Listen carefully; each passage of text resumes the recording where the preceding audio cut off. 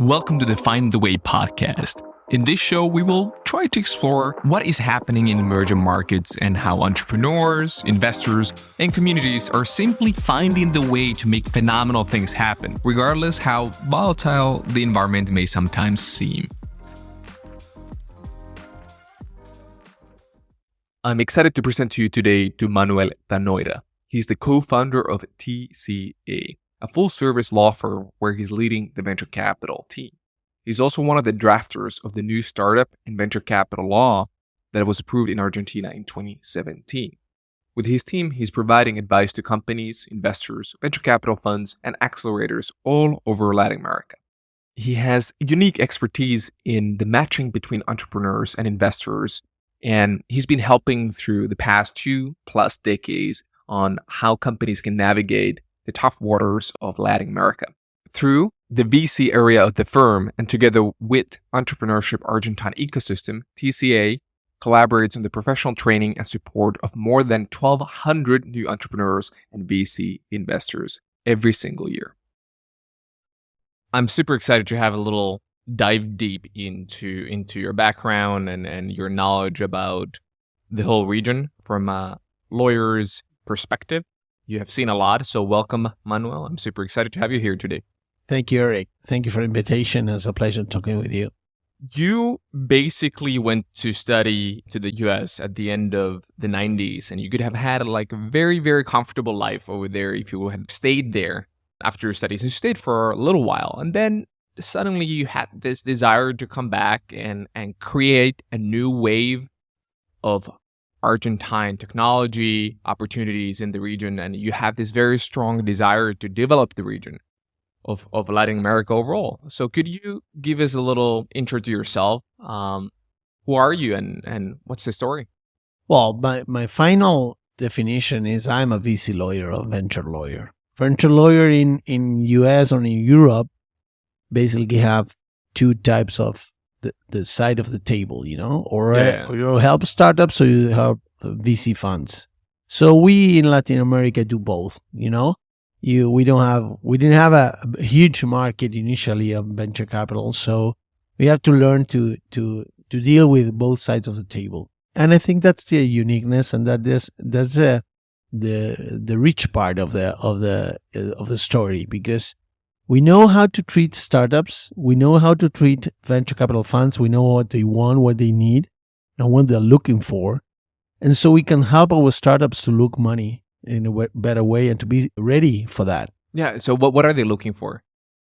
Funds are 10 years ago, funds were looking for a big idea, huge, and technology.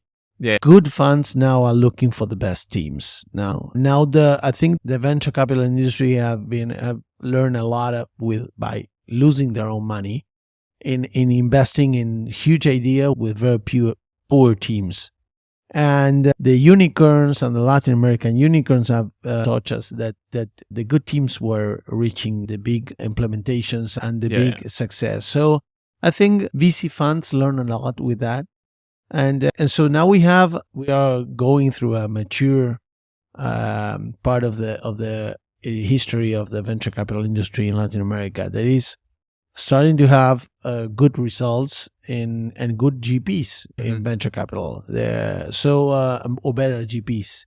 Those former entrepreneurs that sold their company and make their IPOs and coming back in a VC way and make a give back to the community where that gave them all, and try to invest in this new talent that is raising everywhere now.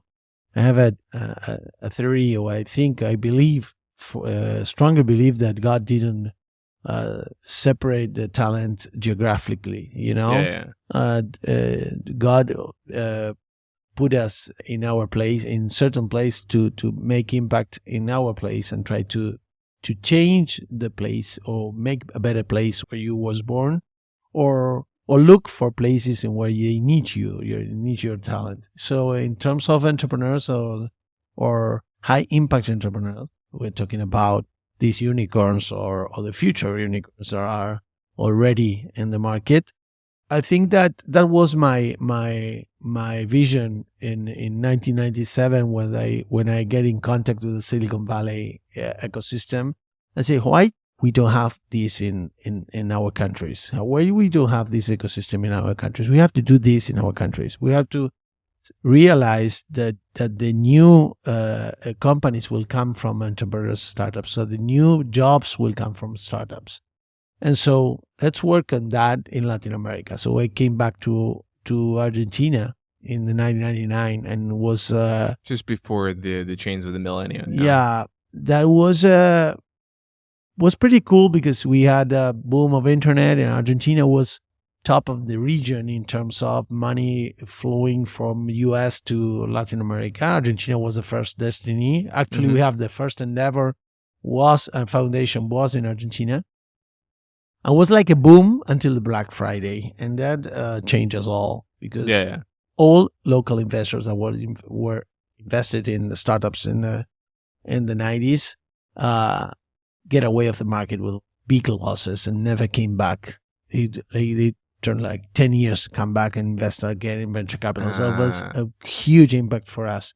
So we have to start again, all over again, and that help us a lot to build a solid ecosystem. So we generate the universities with the centers of entrepreneurship. We generate the venture capital association with the startups, the entrepreneurial associations, with the foundations, and start building this ecosystem with a lot of people and start coming everybody in Argentina, every province starting up and making startups like this new way of having a job. Because, 20 years ago, being an entrepreneur was to be a weird person that is going to do this, doesn't want to study.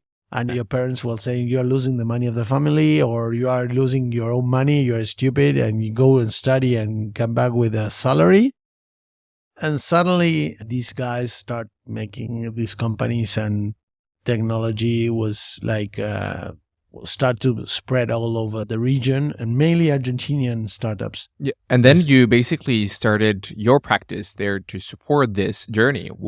I came back to Argentina to try my boutique firm. I was an employee of a boutique firm, and then I became a partner there. And says to my original partner, Jose Uriburu, I told him, I want to make with my actual partner, Rafael Algorte and Mariano Mayer, we want to make a startup department in a boutique firm. That never worked because it was good. We helped a lot of startups. We helped a lot of universities. We helped Silvia Torres Carbonell in IAE. We help San Andres University also, but we help startups to go big, and once they go big, they go away with their big firms. Yeah. So then you lost your business. So I lose the upside, So we realized with Mariano and Rafael, and I told them we have to make a full service firm and help all over the way the startups to become unicorns. So we have to have a full service firm that can catch up, they make the matching, trying to get them money and all the legal work, and then try to take it to the next step or next stage. So that's why 12 years ago we founded TCA Tanoira Cassagne and launched from the PowerPoint to IPO, and we have a venture capital area. Today is the biggest venture capital area and law firm in Latin America. 20 lawyers working only full service for startups and venture capital and corporate VC. That's a new arm of the corporations to make open innovation through startups, and that is changing the region. I believe that it's changing the region. It's generating every year is a new vertical. Used to be e-commerce, then came fintech, and now it's food and agtech and healthcare and biotech and so on, blockchain and so every year it's a new disruption. Every year is a technology. The human beings are generating new things, and things are happening so fast. And then how are you basically then, what do you mean by full service firm? If you're able to elaborate a little bit on that to the audience, is that what does that entail? It's a pretty vague concept, meaning that you're all the way from the inception to IPO, exit, whatever. So can you elaborate a little bit on that? Well, my PhD is basically my clients, Yeah. My clients teach me technology. I can talk about biotech, the cancer cure. We can talk about blockchain. We can talk about that with a lawyer. That's not very common. So how you learn that? What university you learn at? You learn in the University of the Street, in the University of the Startups, and they can teach you technology every day because you are getting involved with the real problems they have in the base of the pyramid. So we help them in building the team, structuring the company, and raising money. Mm-hmm. And so we know what they need, and we know what they're achieving, and we know the teams very close. We know how is the dynamic of them. We help them to build a cap table of the startup, and we try to correct and to prepare the bride for the marriage. So we go there and we make it prettier. Perhaps she's pretty, but we make it prettier. And so that's a matching work, try to join these VCs, what are looking and what they are looking for this or they need that. And so we help them in doing that, like the Cupid, make that connection in a good way, and try to make terms that are standard terms for both and for the market. So you don't have to sign something now or execute something now that there will be a mortgage for your future. You generate a bad precedent in your startup. That a new or future VC fund doesn't want to invest in you. So we help startup from that. We help funds to be entrepreneurial friendly, to don't be don't take too much equity of the startup in early stage, because your startup won't raise funds again, and you will kill yourself, your own investment. And has that been a big problem in LATAM overall? When we look at the desperate need, as in multiple regions of the world, but especially compared to Europe and the US, here it's even more big of a need, and you've had a lot less funds operating in the game from a historical point of view. Has this been a huge problem in the past that perhaps some of the funds have been greedy? And we have both problems. We have had greedy funds, and we have had greedy startups. Yeah, so super valuations and undervalued startups. So we have both problems. So we have to find the standard line in which everyone wins and nobody loses. And of course, to do that, you have to have a balance in your cap table. Yeah. So funds should understand that managers or founders couldn't have less than 70% in a cap table in a Series B or a Series A, because the future, the culture, the vision of the startup will be killed by the fund. This is not private equity. This is venture capital. So that's why we at the firm separate the practice. We don't have VC. The lawyer that do private equity doesn't do venture capital, and the other way also. Mm-hmm. So we are VC. We do VC. So we trust in the team, and we trust that they will lead you to the vision. They will take us to the vision, and they will make our own funds have high returns. And that's because we trust the team. If you don't trust the team, you don't invest. And if you invest and the team has problems, okay, but they lead the company, and you have a wrong investment, and that's why the rate of mortality is so high in the market. The rate of mortality is high everywhere, not only Latin America. So I think Latin America has this problem about funds in early stage taking too much equity. This is because of a small amount in VC invested in Latin America versus GDP of the countries. Like, you have a 1.7 or 2 of the GDP of Israel, and we have less than 1 point in Latin American countries. So we are making the double of their GDP investing in venture capital, and we are trying to invest $2 and be billionaires in 10 minutes. That's a very LATAM culture. Like, try to be safe our lives in investing in a casino. Like going to the casino with $100 and having $1 million in 5 minutes. Like, that's a very LATAM culture. Of course, the market has been the market is the market. Offer and demand has been working on that. And so in this last 6 months, blockchain and crypto world have been shocked about valuations, about deal flow.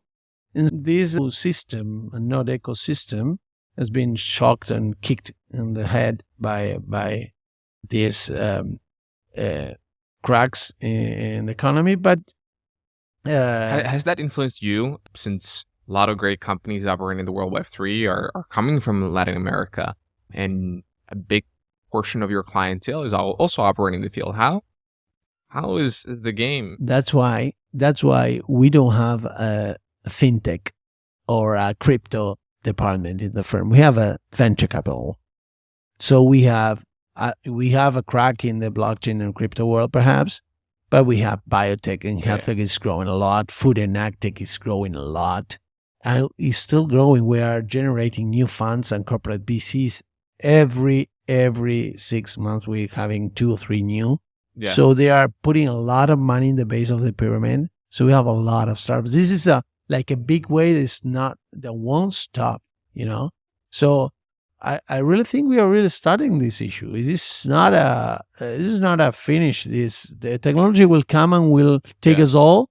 So you have to get your jet ski and get over the wave and surf it, because if not, you will lose it, or you will be the guy with the little sand in the castle in the coast, and when the tsunami comes, will be. That are perhaps a couple of corporations, like they say, okay, I told you that crypto was a fraud. I told you that blockchain doesn't work. I told you that. Well, this happened already in the 90s.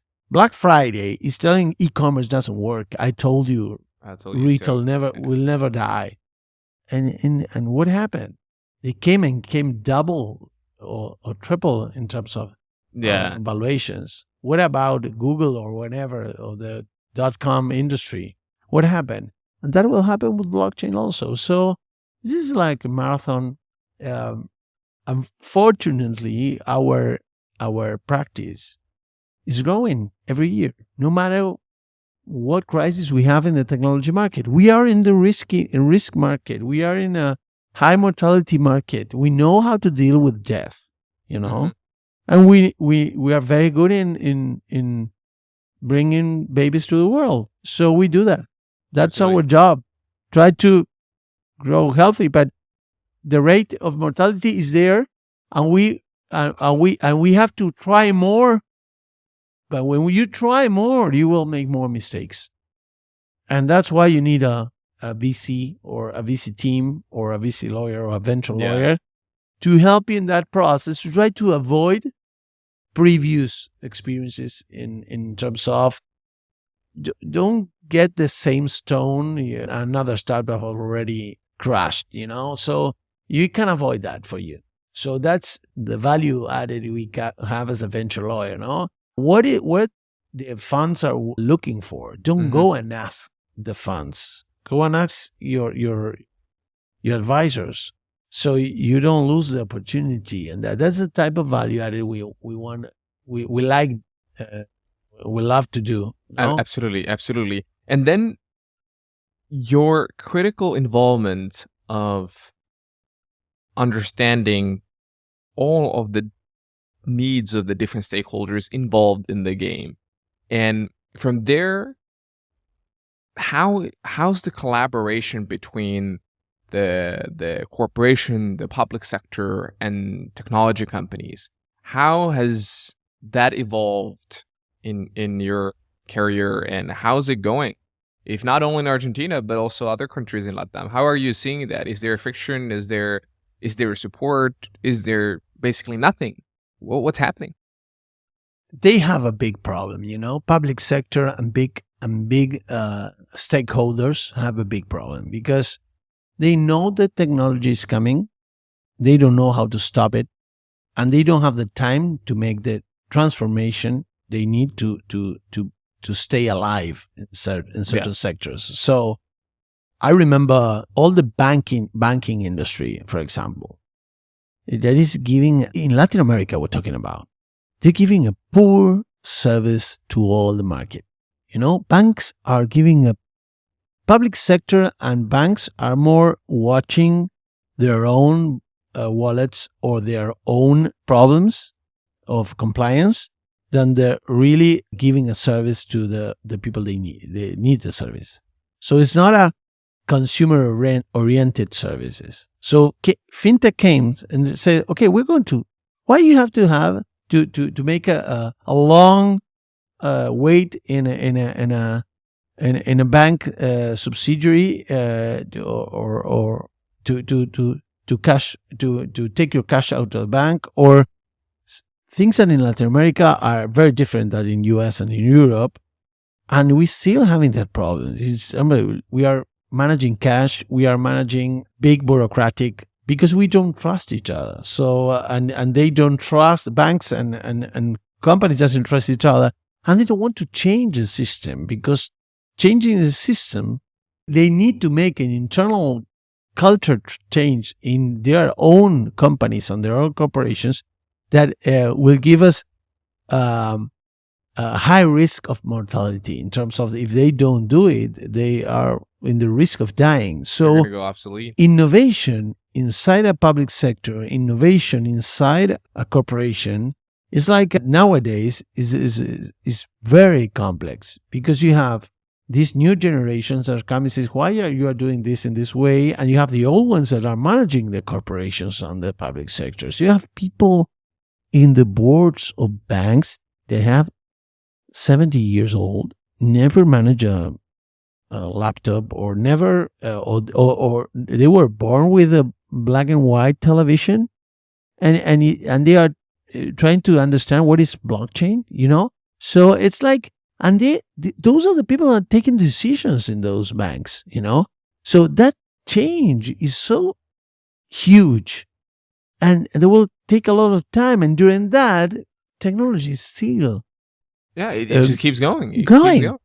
And that's what I think that is very fascinating, is that if you look how most of the younger generations and technology entrepreneurs are creating their entity structures in a way that you have holding companies, almost everybody has in the US. They're creating operations company all around different countries where they're operating.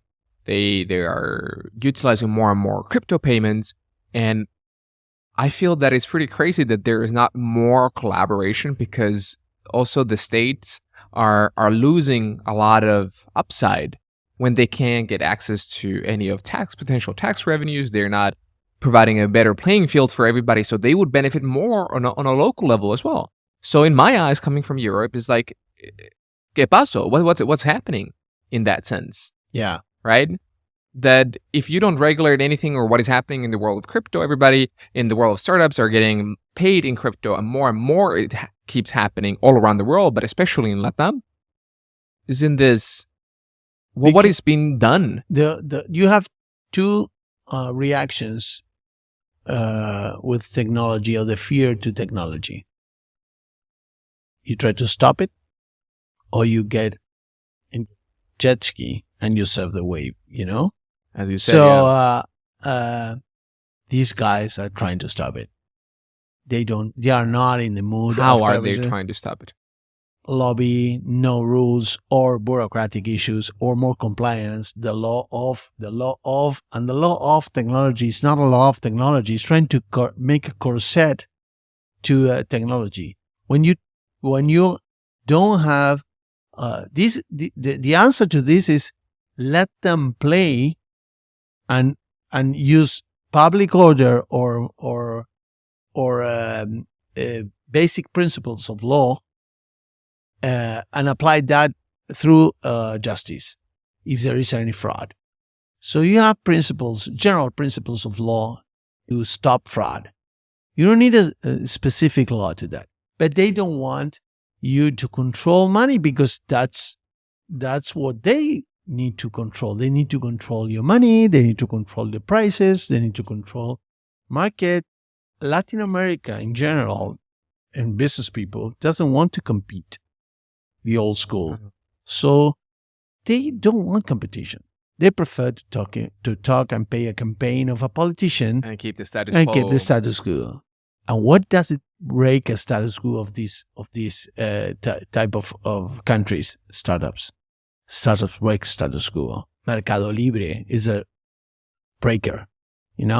Generate their own union of labor and generate new labor rules for their own employees, for example. Something that in Argentina was unthinkable in the past. And yeah, this is what I think that is super fascinating is as you mentioned, that technology development is already in a level that you cannot stop it.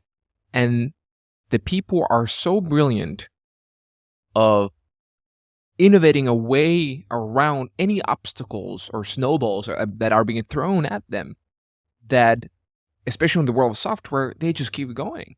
And they are becoming unstoppable. And this is also, for me, incredible to see in Latin America, is that no matter what are the obstacles, the companies are finding a way to make unbelievable things happen. Yeah, imagine that if you take the barriers and you put money on top of that. Imagine that. So we have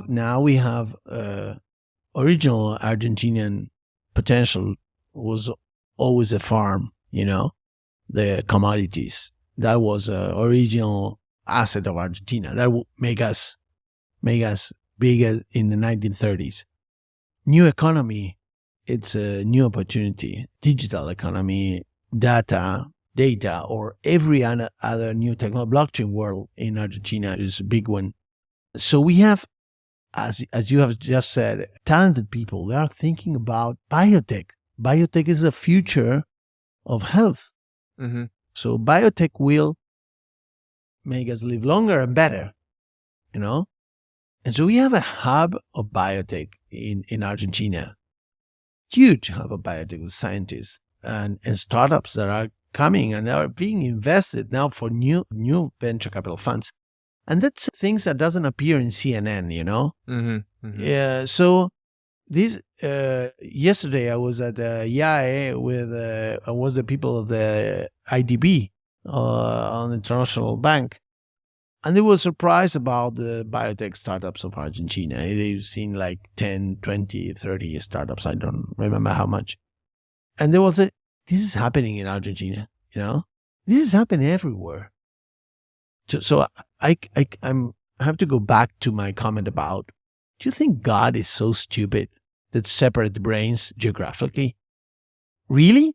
Well, but the barriers, you can, as you said, I can set up a company in UK and BBI in Delaware and set up a hub here, as half of the unicorns of Argentina has a hub here with talented people living in Argentina that is exporting know-how and brains to the world. So that's it. That's the real economic plan for any politician that will love to be president of Argentina. Why doesn't it happen? Because they don't like startups. They don't like startups. This is not. They say they like startups because it's a good thing to say. But the actions are not there. If you like startups, you can have to foster innovation. You have to foster. They are not fostering innovation and startups. They are fostering. Who is paying the political campaigns of politicians in Latin America? Let's have a list of corporations paying the political campaigns of politicians. You need like 10, 20, 30 million dollars to be president, $100 million to be president. Who is paying? No startups are paying that. Don't have deep enough pockets. So who is making the rules? The people that doesn't want to change the rules. So we are living in technology will kill them. Nevertheless, they can put $100, 100 millions and 1,000 million. Startups and technology will take time. Yeah, I have all the time. This will change, and I think you need to have the only ingredient an ecosystem need to have is people, talent people. So we have to foster innovation and the education, and the crack of education. I think the edtech technology is growing a lot. It's a good one because you can learn. We have people in the poor neighborhoods with a smartphone that are learning to code through cell phone. So that's the opportunity. You can avoid secondary school. Take all the courses you have in secondary. Don't teach them geography. They can learn it in Google. Google Maps is the best teacher of geography in the world. So don't teach them geography. Teach them to code, and then they will learn the other things. Mm-hmm. But if you learn to code, they will be independent and avoid these social plans they're receiving for not working. Yeah. So you say, code any neighborhood. And we have now cases. And so that is happening at this moment as we speak, and that will happen. Remember this, and it's recorded. So remember what I'm saying. This is happening in Argentina at this moment. We have make it, the silent revolution is happening at this moment. And this will increase. And you get your jet ski, or you stay on the beach, and you will be exactly killed. And then if we take as one final theme, we'd love to get your thoughts out there. You have talked in the past that since you're a full service shop for a lot of tech companies within the region of LATAM, would you be able to describe any type of examples? Is that how, when people want to come over here, what could be the differences or challenges when you're penetrating new markets, that you have to play ball with the regulators, and how having a strategic partner who understands the law can really make a break it or make it type of a moment? For instance, you mentioned something about Cabify and Uber's battle, like in multiple regions, but here in Argentina specifically, Cabify basically dominates the market. Uber is almost non-existent. Yeah. And you've been involved with that process of guiding them on how to play ball. Yeah, regulation is in each country. It's and most of all in Latin America, it's a big issue when you are going regional or global with a company that wants to go for an IPO, no? So Cabify target was they want to start with Mexico and Argentina because of the market. Brazilian market was difficult because in Brazil you have to be Brazilian to make deals, or you need a Brazilian local talent to do that. They finally launched Brazil, and I think it worked partially. And then you have the local regulations and the local unions. Particularly in Argentina, we have the unions of taxis were very strong and are very strong. And actually, Uber decided to make a strategy of, we are technology, you will die and I will win, and people will choose me and will save me of everything. Of course, governments doesn't want people that extortion with that kind of. And Uber came with a extortion strategy to the local government, and they were advised not to do that, but they do it the same. They did it anyway. Yeah, and so that gives the local unions the excuse to be too very aggressive, and so we advise Cabify not to do that and go for a legal down landing, and it worked, of course, with a lot of trouble, because we have to work together with government in terms of how to make with the old rules and regulations, work a platform that have to connect more than 10,000 drivers. It was like really difficult.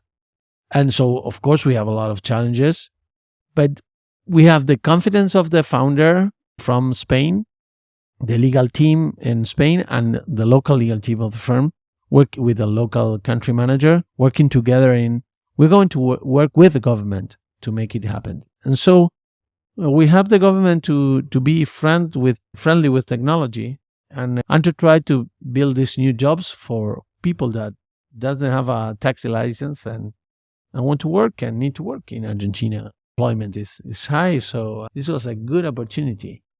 And so, and give the consumer this opportunity to have these services that is pretty much better than a local taxi, And so it took 2 years, 3 years to finally set up to the status that Cabify was a legal platform for do this technology mobility solution, and Uber was like the illegal platform. Then they tried to legalize and copy the strategy, and of course, drivers were better in Cabify. You can have corporations having accounts. So it was a strategy together with the company and says Uber wants to download in Latin America in every country in the same way.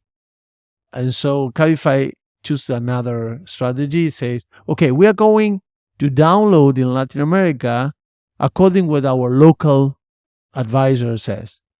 So we're going to adapt globalization, but with the strategy of the local culture. And we did that. It was very successful today. Cabify's Argentina's operation is the best one in Latin America for Cabify. So I think that's a good decision from the founder to adapt to the local industry. I have a story with Budweiser in the US when it came to Argentina. They didn't change the flavor of the beer, And I was talking about in UC Davis with the general manager marketing in Budweiser when I was in study at Berkeley. And I told, if you don't change the flavor of this beer, you won't have the chance to beat Quilmes in Argentina in the 90s. Quilmes had the 80% of the market.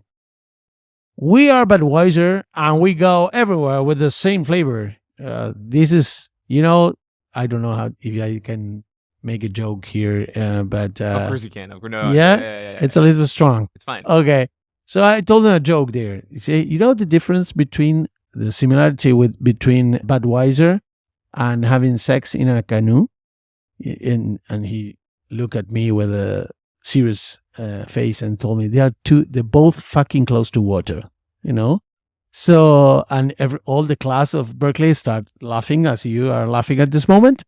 And actually it didn't work because they started selling the tins and there was new one, the tin of beer. Actually, at that moment, Quilmes only selling in glass bottles. Glass bottles, yeah. So the tins were like the new one, and to start killing Quilmes with just only for the innovation of the tin.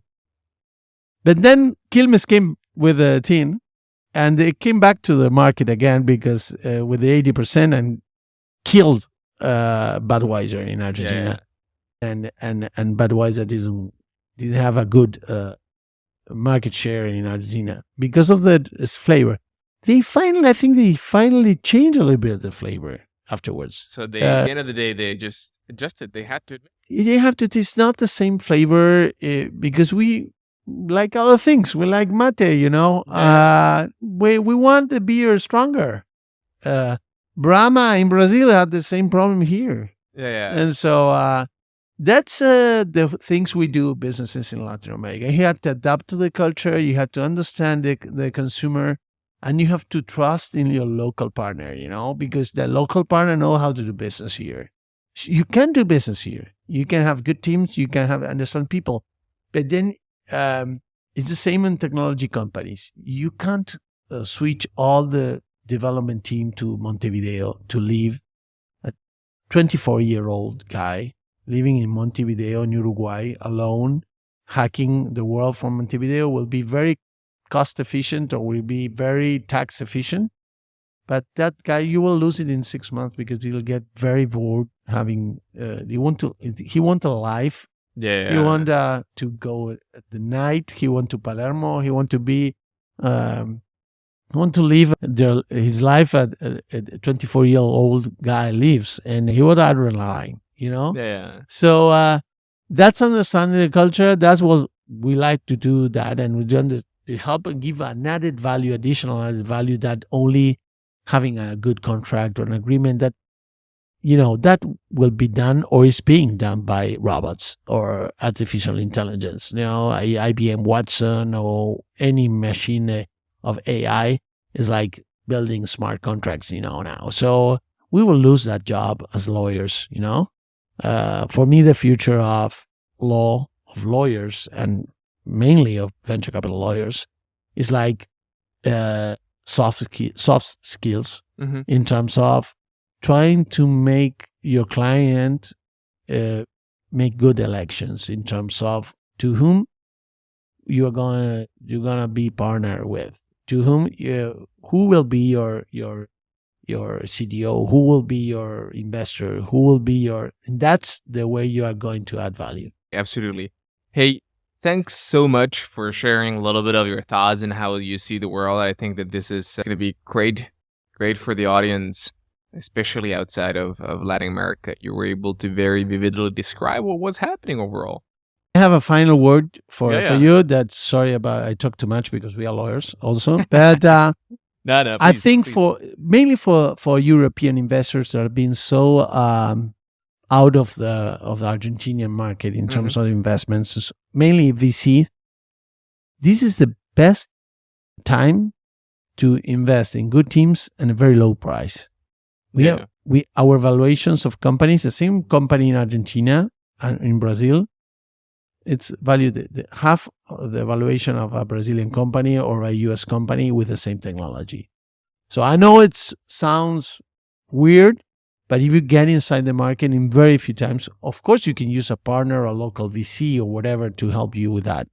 Well, of course we can help you with that, but it's a good time to get opportunities of new technologies that at this moment are being created, and it's getting new talent in the market with half or less than half the price you're getting in Europe or in Brazil or in US. Yeah. I think that was a great final note and open invitation for more people to come in the region. Well, thanks a lot for today. Highly appreciate it. Thank you, Eric. It was a pleasure talking to you. And of course, anytime, whenever you want. Thanks, Manuel.